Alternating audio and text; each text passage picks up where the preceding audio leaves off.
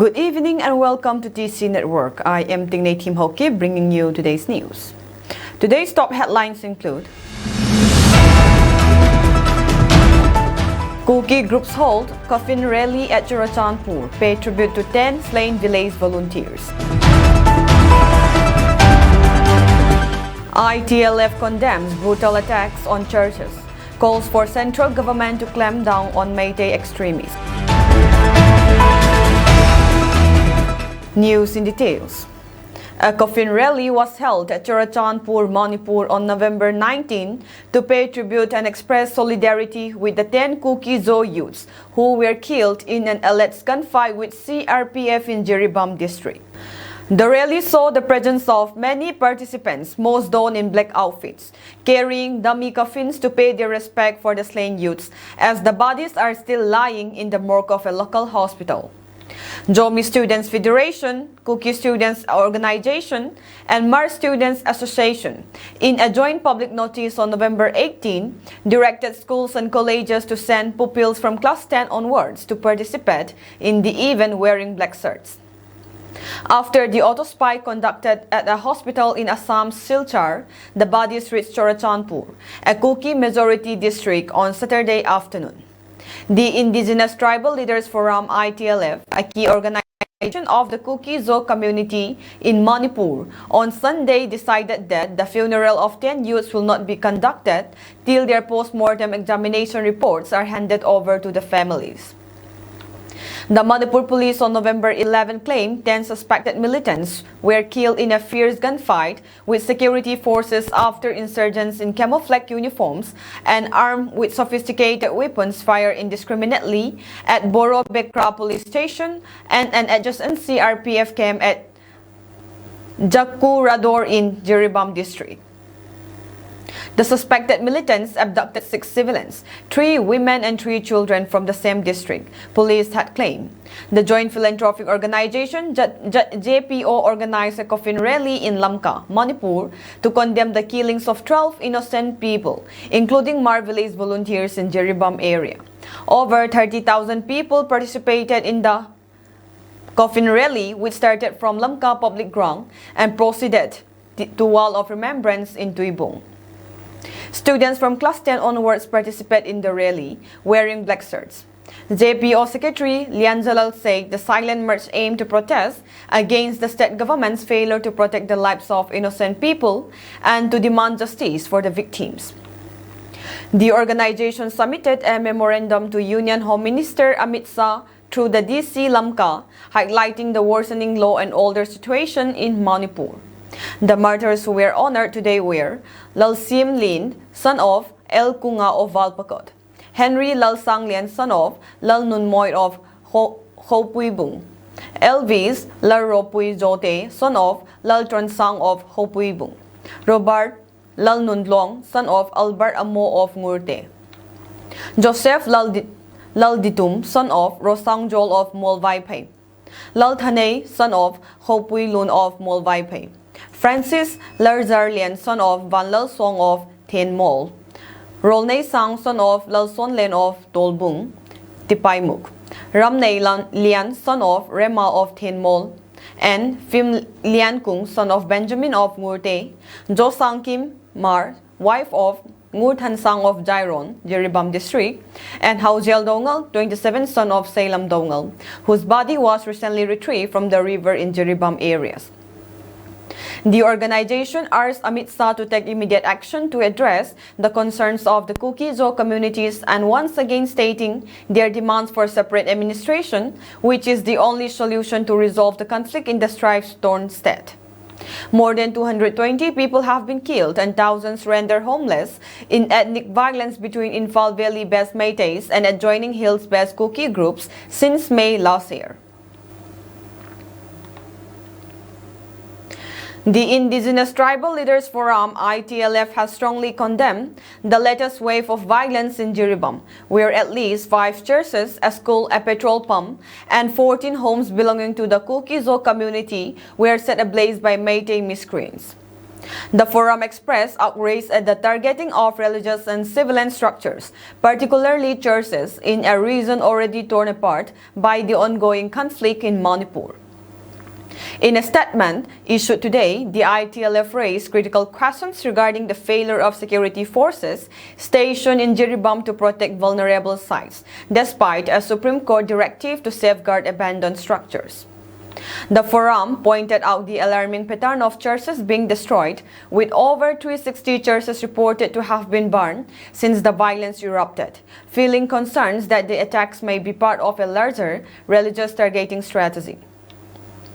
The violence reportedly began with an unprovoked assault on Jairon village, where a combined force of Arambay Tinggol militants and other Meitei insurgent groups attacked the village, setting it on fire and killing a 31-year-old woman.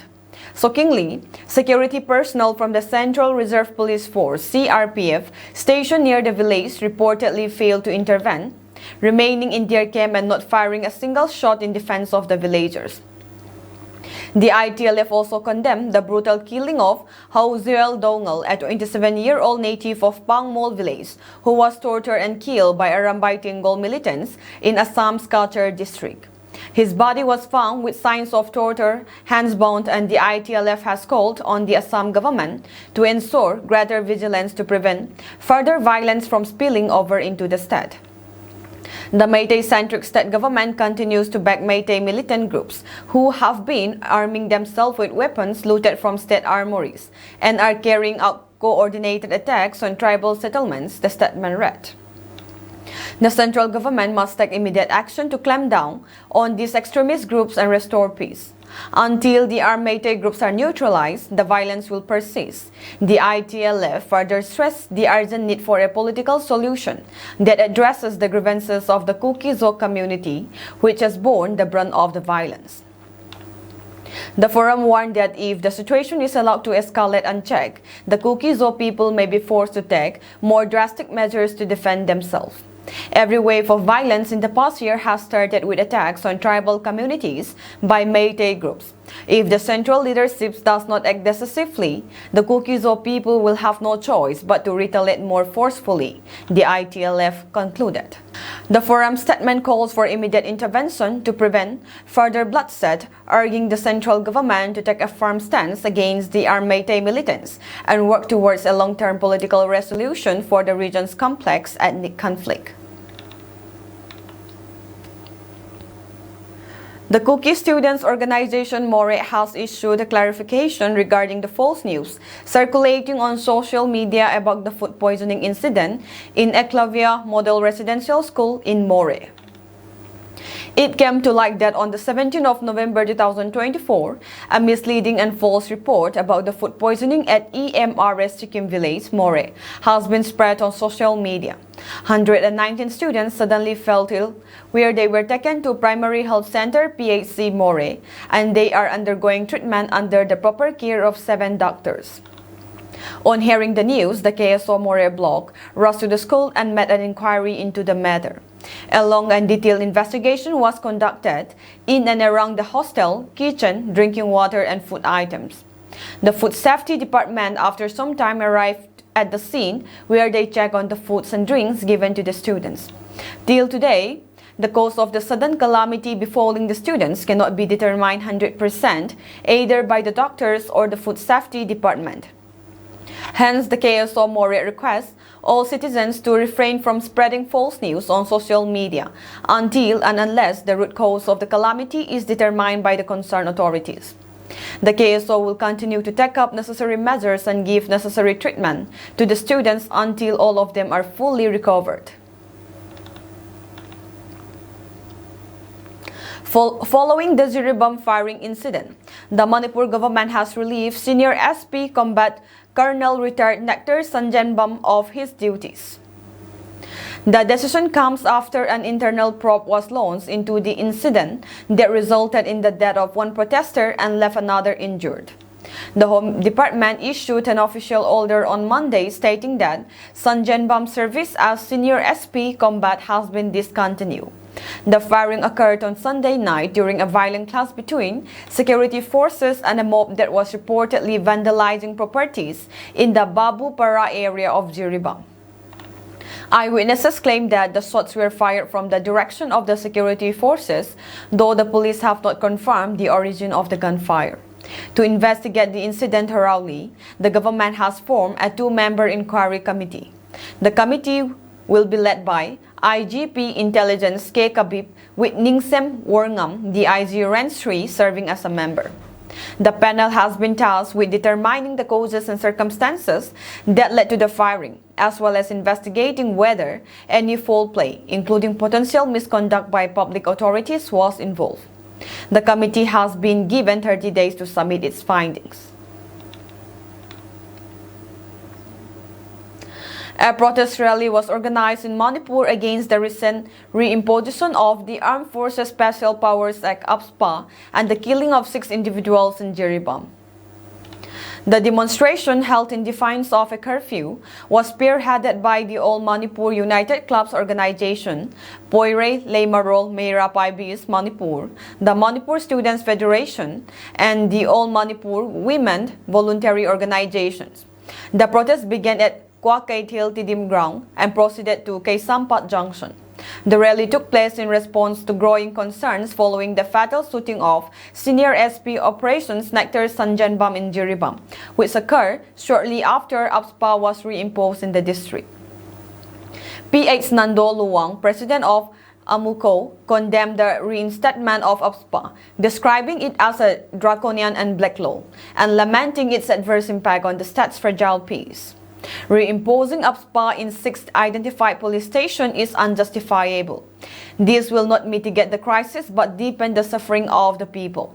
Manipur has endured enough pain under AFSPA in the past.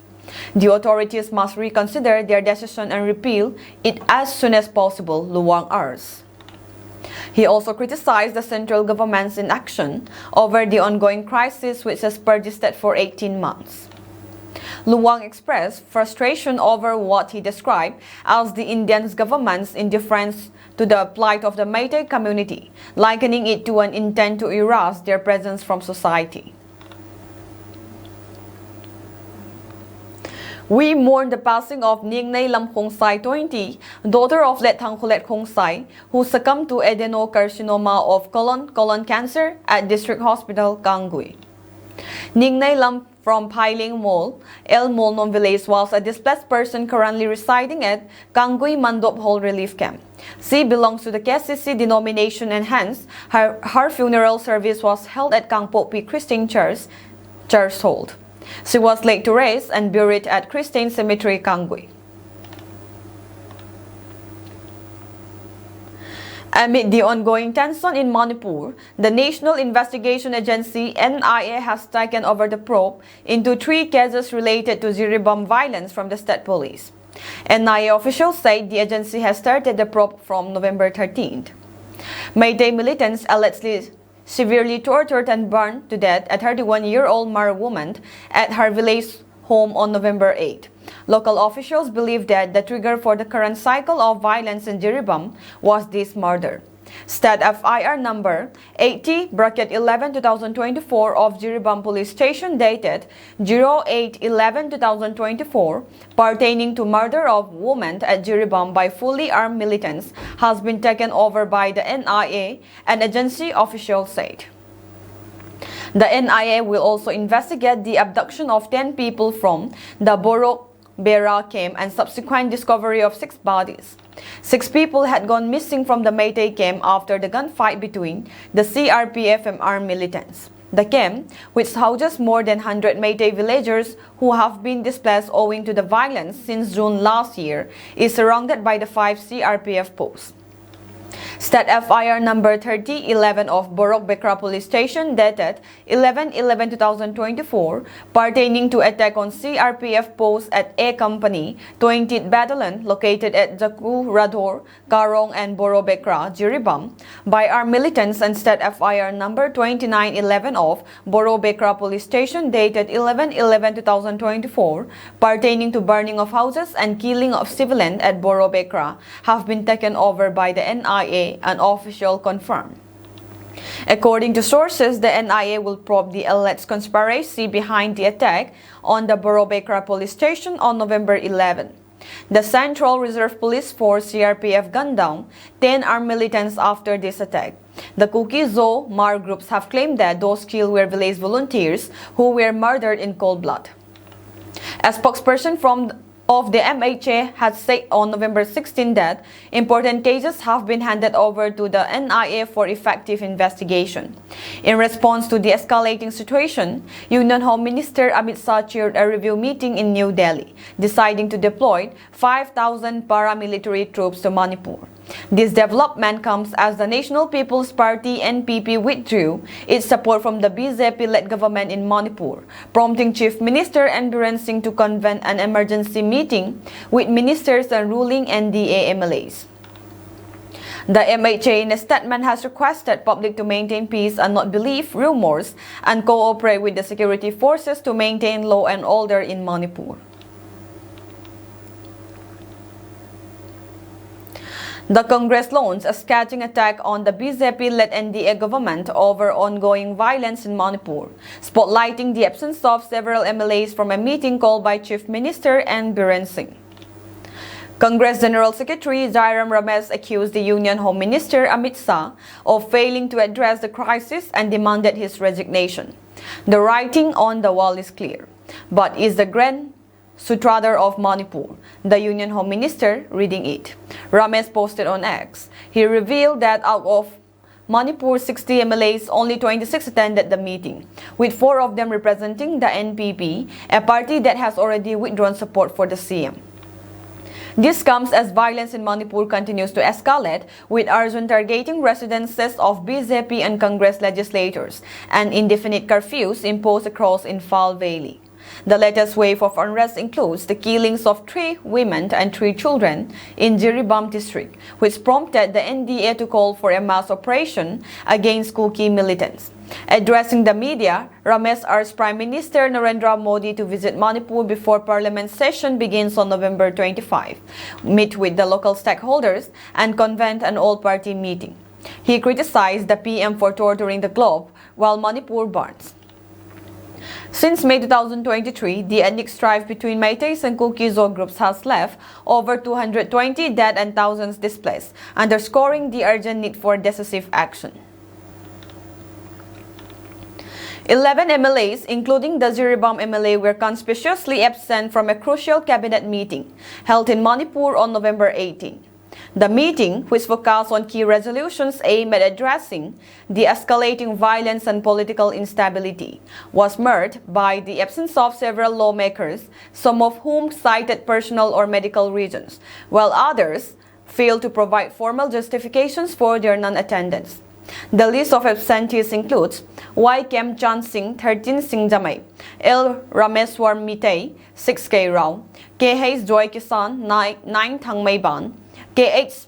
Raghumani Singh, 10 Uripok, T. Robindro Singh, 28 Hanga, T.H. Radhasyan Singh, 33 Hairok, Paunam Brojan Singh, 34 Wangjing, Dr. Radhasyan Yumnam, 38 Hyanglam, MD Achat Udin, 40 Jinbam, Sapam Nisikanta Singh, 12 K Samthong, Sheikh Norul Hassan, NJ, 4 Kestrigao, while several lawmakers provided medical certificates or formal letters explaining their absence.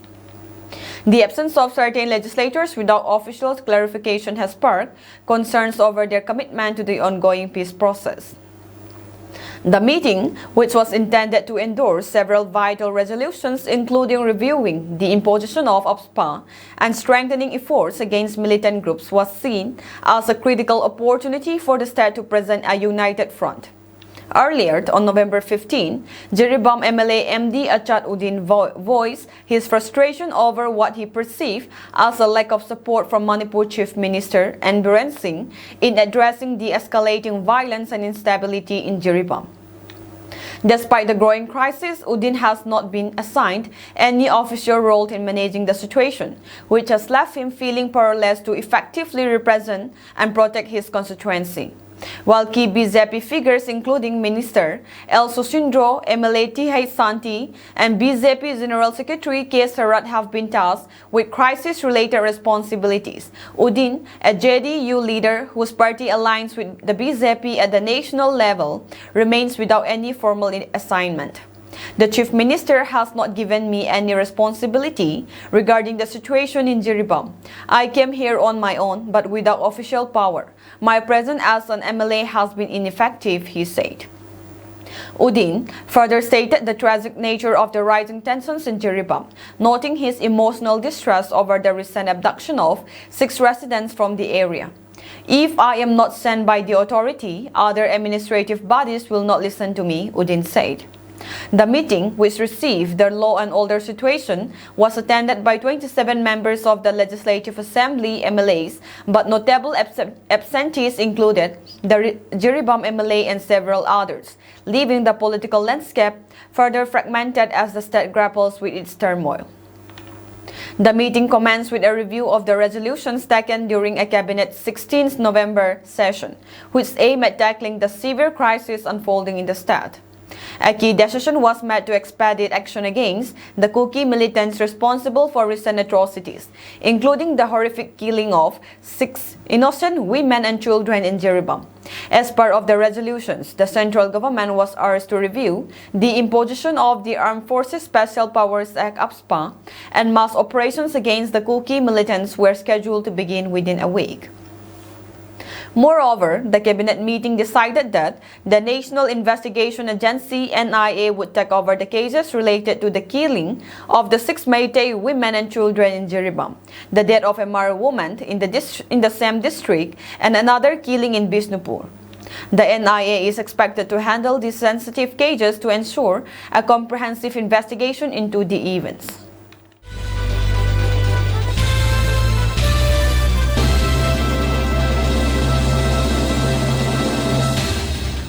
The Indian Coast Guard ICG ship Agrim successfully rescued 7 Indian fishermen on Sunday. These fishermen had been apprehended by a Pakistan Maritime Security Agency vessel near the India-Pakistan maritime boundary.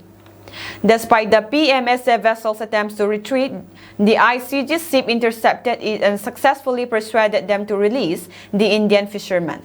The Indian ship intercepted the Pakistani vessel Nusrat and chased it for around 2 hours before persuading them to release the fishermen. Indian Coast Guard ship Agrim deployed close to the maritime boundary line with Pakistan, chased the Pakistan Maritime Security Agency ship PMS Nusrat after a chase of around 2 hours and clearly told them that under no condition it will allow the Pakistani ship to take away Indian fishermen from fishing boat called Bhaira from Indian waters, defense officials told news agency ANI. Indian Coast Guard ICG ship successfully rescued 7 Indian fishermen on 17 November 2024, apprehended by a Pakistan Maritime Security Agency ship near the India-Pakistan maritime boundary. Despite efforts by the PMSS ship to retreat, ICG ship intercepted PMSS ship and persuaded them to relieve Indian fishermen, the ICG's statement read. The ICG ship was able to retrieve the 7 fishermen safely, who were all found to be in stable medical condition. Unfortunately, the Indian fishing boat called Bhairaf was reported to have been damaged and sunk during the incident, the ICG said in a statement according to news agency ANI. The statement further stated, ICG ship returned Oka Harbor on November 18, where a joint investigation involving the ICG State Police, intelligence agencies and fisheries authorities was undertaken to investigate the circumstances leading to the collision and the subsequent rescue operation.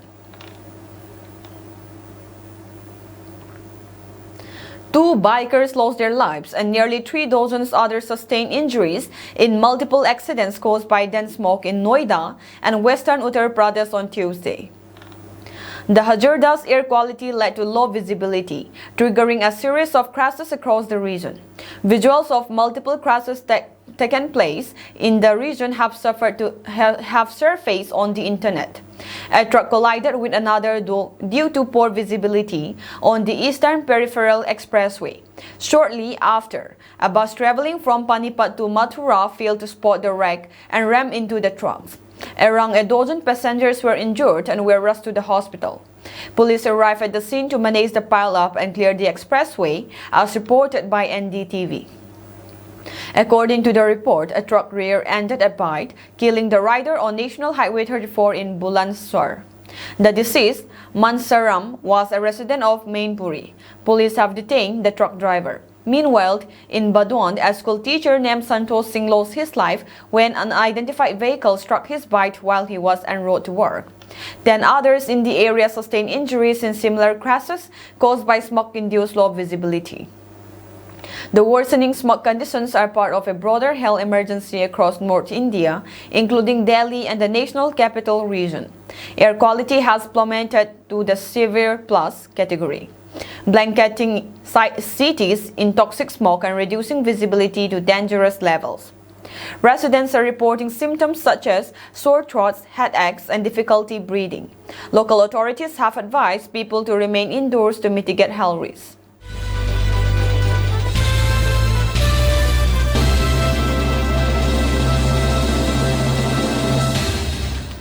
The Kremlin accused U.S. President Joe Biden yesterday, November 18, of escalating the 1,000-day-old war in Ukraine, promising a palpable response to any use of U.S. long-range missiles by Ukraine to strike targets inside Russia.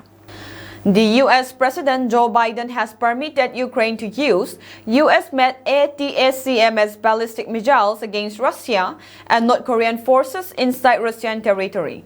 Officials in Washington told reporters the weapons could be used in the region of Kursk, where Kyiv has launched an incursion, but that Biden may agree to their deployment elsewhere before Donald Trump comes to power in January. The Kremlin said the U.S. decision represented an escalation of the conflict. It is clear that the outgoing administration in Washington intends to take steps to continue to add fuel to the fire and to further inflame tensions around this conflict, Vladimir Putin's spokesperson Dmitry Peskov told reporters. This decision is reckless, dangerous, aimed at a qualitative change, a qualitative increase in the level of involvement of the United States. The Russian Foreign Ministry said that Ukraine's use of long-range missiles to attack Russia's territory with U.S. and allied support would fundamentally alter the nature of the war and trigger an adequate and tangible response from Russia. The German tabloid Bild is reported on what it calls a top-secret delivery to Ukraine of 4,000 strike drones developed by the German artificial intelligence firm Helsing. The company reportedly received the contract from the Ukraine Defense Ministry in September, and the order has been paid for out of a German government fund. Ukraine's State Emergency Services said that at least 10 people were killed and 43 people were injured in a Russian attack on Odessa, Ukraine's Black Sea port city. The Kremlin rejected a reported peace proposal from the Turkey's president, Recep Tayyip Erdogan, to be put forward at the G20 summit in Brazil to freeze hostilities at the current positions of both parties. Erdogan's plan reportedly consists of freezing the front line as it is, Ukraine agreeing not to join NATO for at least 10 years, supplying Ukraine with weapons to provide for its defense, and placing international peacekeepers in a demilitarized buffer zone in Donbass. Earlier, Kremlin spokesperson Dmitry Peskov dismissed reports that Erdogan was suggesting a freeze of the current tactical situation as a condition that would be unacceptable to the Russian Federation.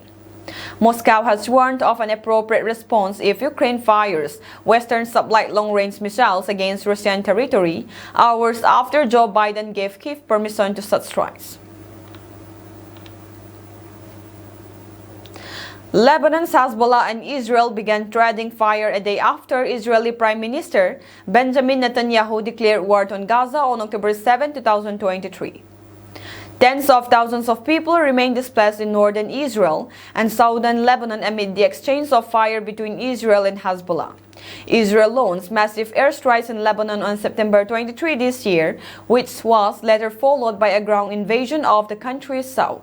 Israel said the offensive was aimed at removing Hezbollah from the border area and allowing evacuated Israelis to return to northern Israel. Israel has killed about 3,500 people in Lebanon since October last year, but it has failed to deter Hezbollah from firing missiles and drones into Israel and return displaced Israelis to the north.